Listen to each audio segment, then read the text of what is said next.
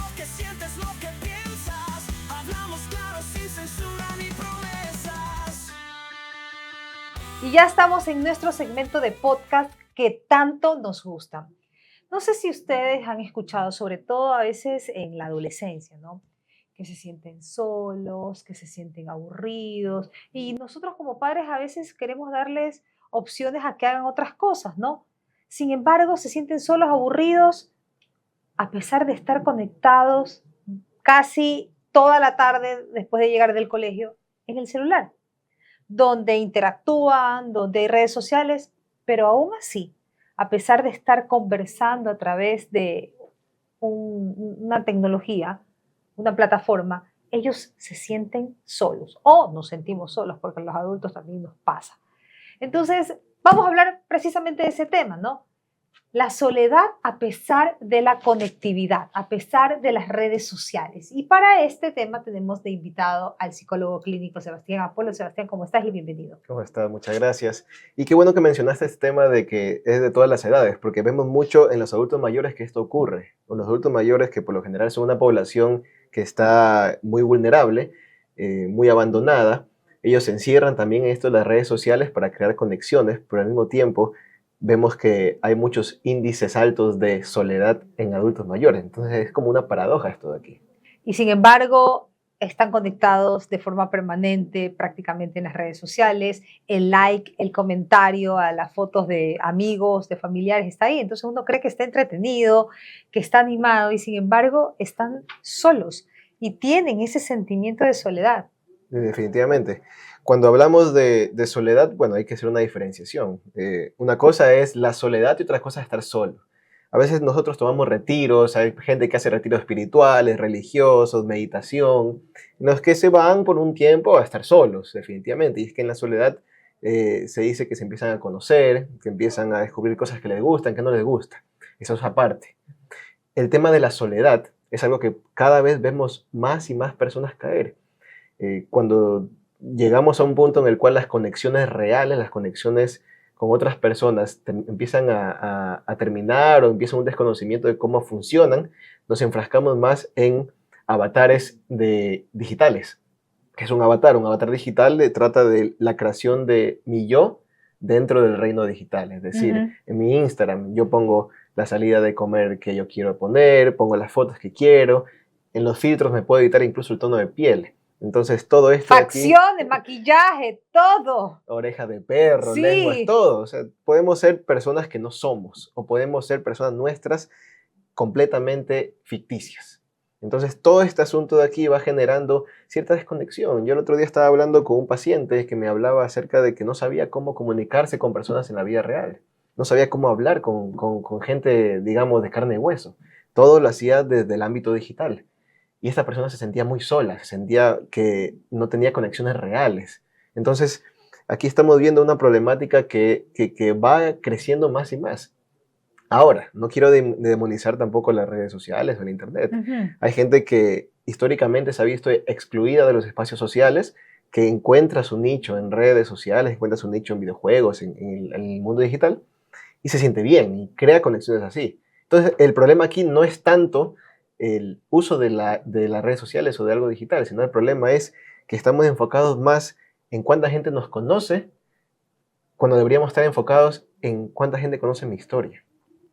Ahora, este tema de soledad o sentirme solo, ¿será que cuando no sabemos, ¿no? Entablar relaciones o no sabemos relacionarnos con personas face to face, ¿no? Usamos estas redes, pero porque tal vez hay una inconformidad de cómo somos, por eso usamos los filtros, por eso creamos una historia, una vida alejada de la realidad en redes sociales. Yo lo que veo esto es algo, si bien se trata del individuo, también trata acerca del ámbito social. Los seres humanos, recordemos, son seres biológicos, psicológicos y sociales. Entonces, en esto de aquí también estamos viviendo en una realidad de una modernidad en la cual la gente cada vez escucha menos. Entonces, como la gente escucha menos, uno se siente menos escuchado. Uno siente que las personas no están interesadas en lo que pueden decir, sino lo que quieren aparentar. Entonces, bajo todo esto de aquí, una persona puede encontrar refugio en creaciones digitales o en búsqueda de conexiones digitales que a la final no son fuertes. A la final uno tiene amigos que se pueden encontrar con los dedos de la mano y el resto de personas me caen bien o son personas cercanas a mí, pero no necesariamente son amigos con los cuales confío. Nuestro cerebro está programado para tener un aproximado de 5 conexiones, digamos, muy, muy cercanas, muy reales, y el resto también, pero no tanto como estas. Pero cada vez se hace más difícil conseguir estas conexiones reales porque en el mundo de ahora, en el mundo actual, tenemos mucho de esto de crearnos amigos virtuales que a la final hablamos de temas que nos gustan, tenemos conversaciones interesantes, pero no necesariamente conexiones reales. Por ejemplo, mirar a los ojos. Ajá. Cuando miramos a los ojos a alguien, uno siente de cierta manera algo de conexión. No todo el mundo le gusta, pero es como que nuestro cerebro se alinea con otra persona. No sé si te ha pasado, que estás caminando, conversando con alguien, y a la final los ritmos de caminata se emparejan. Y a veces incluso coordinamos los pasos que damos. Y es que eso ocurre cuando hay conexiones de carne y hueso. O cuando quieres saludar a alguien que está un poquito lejos y tú estás, ¿en qué momento hago contacto visual para decirle hola? Porque está distraído y no me voy a ir a acercar, da pereza también, o estás también con un grupo de amigos, pero está alguien ahí lejano y buscas, y basta que ya haces ese clic, ese contacto visual y haces un gesto, Correcto. ¿no? Sí. Pero es ese contacto visual que necesitas hacerlo. Bueno, cada persona, ¿no? Personalmente yo sí necesito ver a la persona cuando estoy hablando. Y bueno, como dije al inicio, hay personas que, por ejemplo, hay ciertos casos de autismo, por ejemplo, no todos, pero hay ciertos autismos que no pueden, o que se les incomoda mucho el contacto visual, y para eso sí han encontrado su nicho, han encontrado su refugio en el mundo digital, pero hay otras personas que, como tú dices, sí necesitan este acercamiento, necesitan esta conexión también corporal con la otra persona, pero a veces asusta. Y es que cuando sentimos esta soledad, nos encontramos frente a frente con nosotros mismos.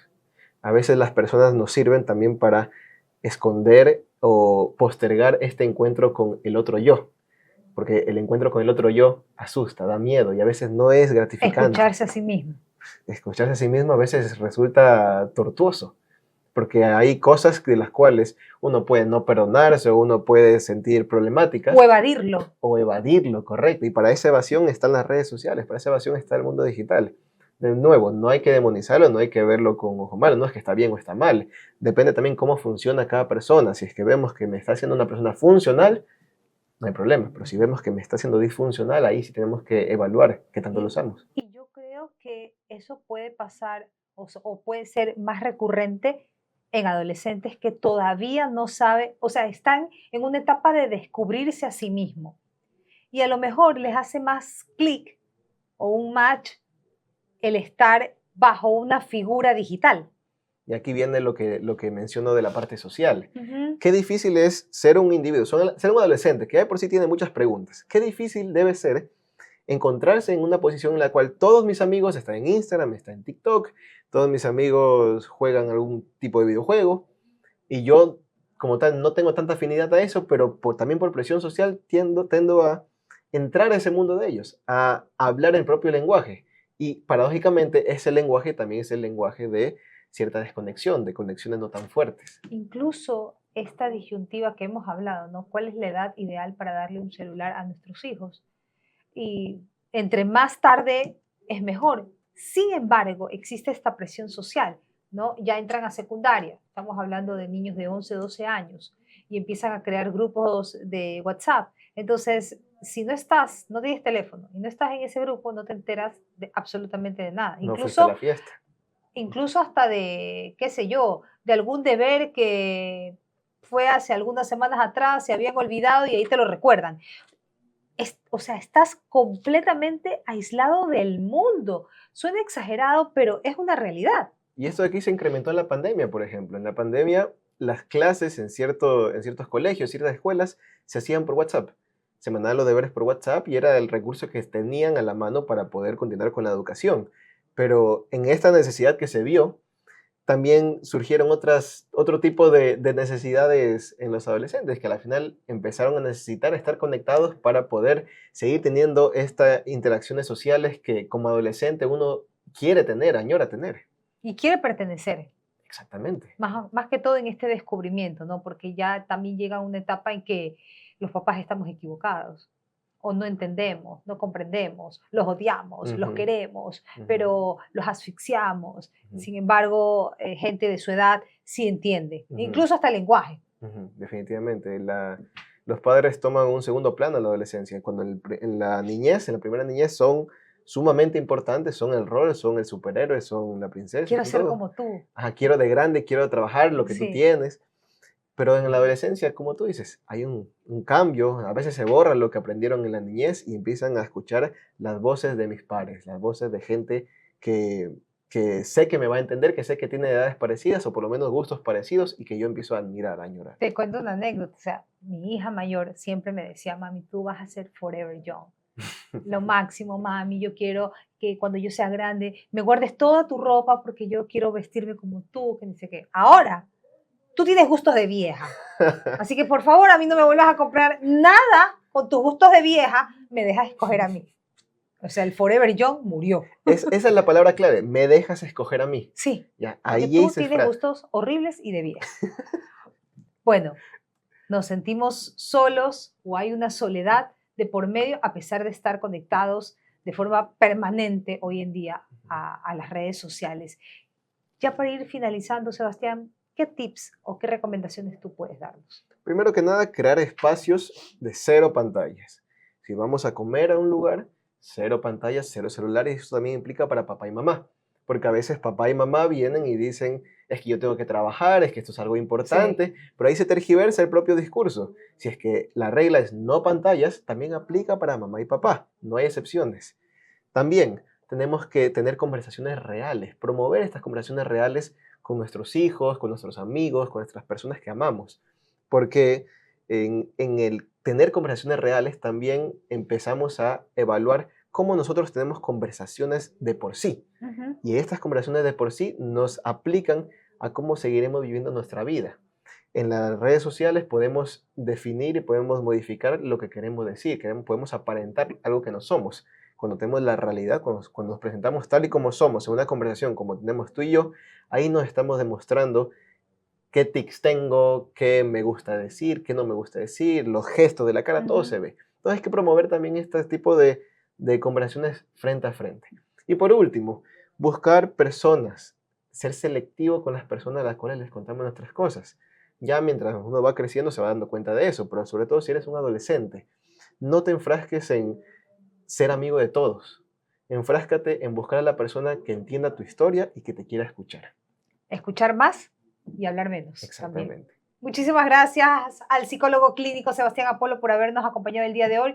Un tema sumamente interesante y como siempre les digo, compartan. Tal vez usted está viviendo esta situación o sus hijos o alguien cercano de que se siente solo a pesar de que ustedes lo ven súper activo en redes sociales o mostrando una realidad ajena a la que realmente vive. O sea, como dos vidas paralelas, una digital y una real. Comparta y nosotros hacemos una pausa y ya volvemos con más aquí en Sin Peros ni Rodeos. La realidad, decimos lo que importa sin tanta vanidad. Vamos directo sin perder la dirección. Te hablamos de frente sin complicación. Sin peros ni rodeos, lo que sientes, lo que piensas. Hablamos claro sin censura.